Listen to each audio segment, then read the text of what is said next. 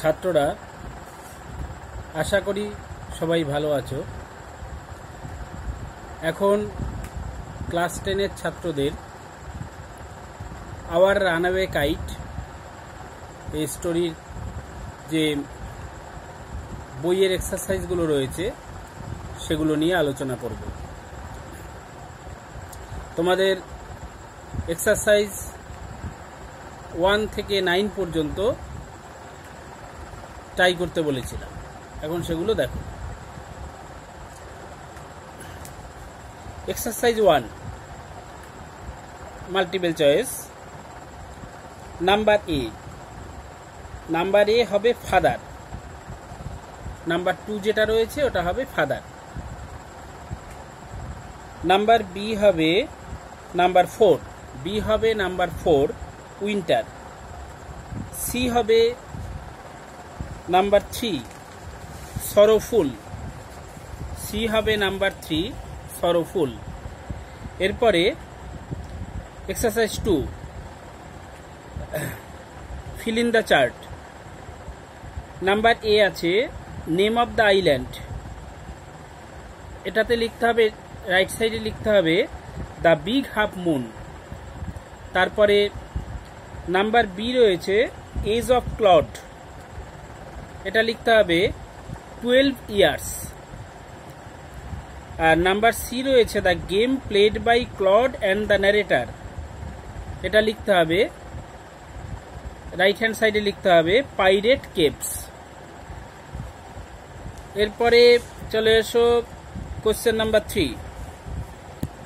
Question number 3 true false এবং supporting statement.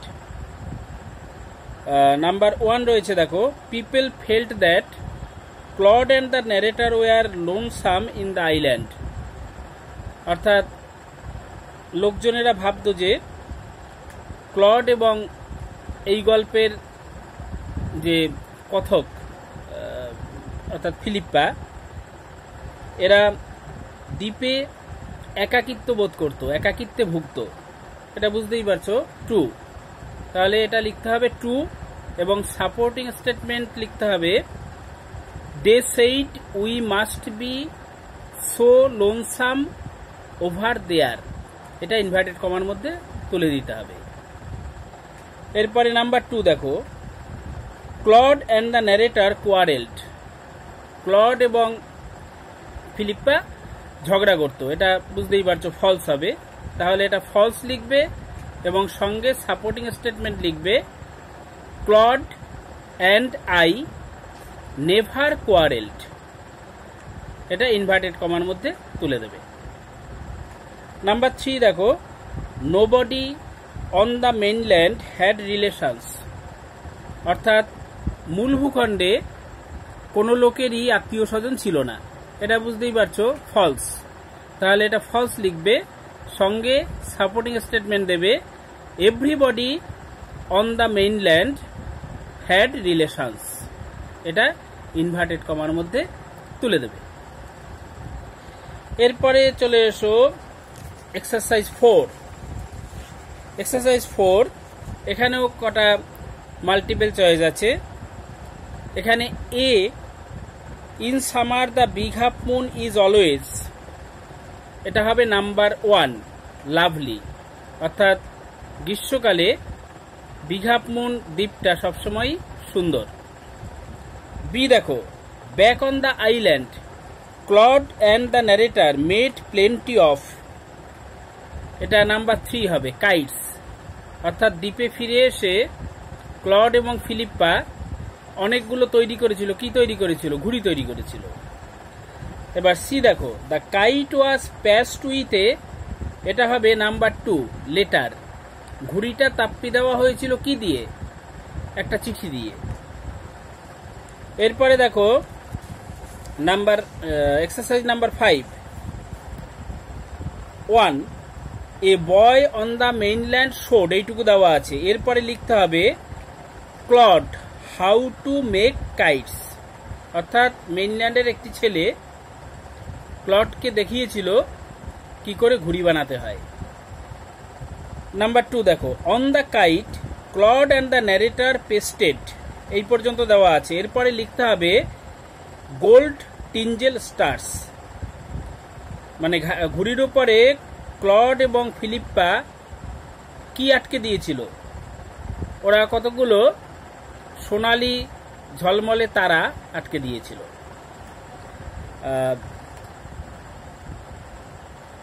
ঝলমলে বা ঝিলমিল করা কতগুলো সোনালি রঙের তারা আটকে দিয়েছিল। এবার number 3, Claude was standing with, এটুকু দেওয়া আছে। বাকি অংশে লিখবে a bit of cord in his hand. Clod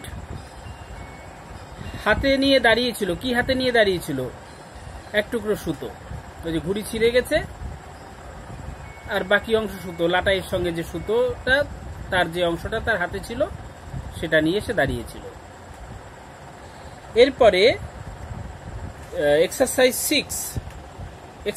6 এ কতগুলো স্টেটমেন্ট দেওয়া আছে, তার রিজন লিখতে বলেছে, মানে কারণ লিখতে বলেছে। এতে রয়েছে the narrator's elbow went through the kite, মানে এই গল্পের যে কথক মানে ফিলিপ্পা, তার কনুইটা ঘুড়ির মধ্যে ঢুকে গিয়েছিল। এর রিজন লিখতে হবে, কারণটা লিখতে হবে। কারণ লিখবে the narrator tripped and fail over the rocks. এই কথক মানে ফিলিপ্পা হোঁচট খেয়ে পাথরের উপর পড়ে গিয়েছিল। এরপরে বি দেখো, Claude and the narrator হারিড to fix the kite, অর্থাৎ ক্লড এবং এই গল্পের কথক ছুটে গিয়েছিল তাড়াতাড়ি ঘুড়িটাকে তাপ্পি দেওয়ার জন্য। তার রিজনটা লিখতে হবে। এখানে রিজন লিখবে they wanted to send the kite up before the wind fell. ওরা চেয়েছিল বাতাস কমে যাওয়ার আগেই ঘুড়িটা ওড়াতে। এরপরে নাম্বার সিতে দেখো স্টেটমেন্ট দেওয়া আছে দ্য কাইট সোর্ড, মানে ঘুড়িটা উড়তে উড়তে উপরে উঠেছিল। এর রিজন লিখতে হবে। এই রিজন লিখবে দ্য উইন্ড ওয়াজ গ্লোরিয়াস, বাতাস ছিল চমৎকার, ভালো বাতাস পেয়েছিল তাই ঘুড়িটা উপরে উঠেছিল। এরপরে চলে এসো এক্সারসাইজ নাম্বার 7। এক্সারসাইজ নাম্বার 7-এ আবার কতগুলো মাল্টিপল চয়েস আছে। এ দেখো, a letter came for father after a, এটা হবে নাম্বার 4 মান্থ, মানে বাবার কাছে চিঠি এসেছিল 1 মাস পরে। এরপর বি দেখো, father left home after quarrelling with his, এটা হবে নাম্বার 1 ব্রাদার, বাবা বাড়ি ছেড়েছিল ঝগড়া, কার সঙ্গে ঝগড়া করে? ভাইয়ের সঙ্গে ঝগড়া করে। তারপরে সি দেখো, Dick and Mimi discovered the kite on the top of A, এটা হবে নাম্বার 2 ট্রি। ডিক এবং মিমি কিসের উপরে ঘুড়িটাকে খুঁজে পেয়েছিল? একটা গাছের উপরে। এরপরে চলে এসো এক্সারসাইজ নাম্বার 8। এখানে ইনফরমেশন দিতে হবে। নাম্বার এ দেখো, person who sent the letter, যে ব্যক্তি চিঠিটা পাঠিয়েছিল। এবার ডান দিকের বক্সে লিখতে হবে আন্ট এস্থার, মানে চিঠিটা পাঠিয়েছিল আন্ট এস্থার। এরপরে বি দেখো, name of aunt Esther's mother, aunt এস্থারের মায়ের নাম। ডান দিকের বক্সে লিখতে হবে ফিলিপ্পা, আন্ট এস্থারের মায়ের নামও ছিল ফিলিপ্পা। তারপরে সি দেখো, total number of family members in the narrator's family at present, বর্তমানে এই গল্পের যে কথক মানে ফিলিপ্পা, তার পরিবারে মোট লোক সংখ্যা কত? ডান দিকের বক্সে লিখবে 6, মানে 6, লোক সংখ্যা হচ্ছে এখন 6। এরপরে চলে এসো question number exercise number 9। A দেখো, what did father find when he went back home years afterward, কয়েক বছর পরে বাবা যখন বাড়ি ফিরে গিয়েছিলেন তখন তিনি কি দেখতে পেয়েছিলেন? এর আনসার লিখবে when father went back home years afterward, he found that his brother had died and he could not find his sister. অর্থাৎ কয়েক বছর পরে বাবা যখন বাড়ি ফিরে গিয়েছিলেন তখন তিনি দেখেছিলেন যে তার ভাই মারা গিয়েছে এবং তিনি তার বোনকে খুঁজে পাননি। এবার নাম্বার বি দেখো, হোয়ার ডিড আন্টেস্থার লিভ, মানে আন্টেস্থার কোথায় বাস করতেন। এর অ্যান্সার লিখবে aunt Esther lived hundreds of miles inland.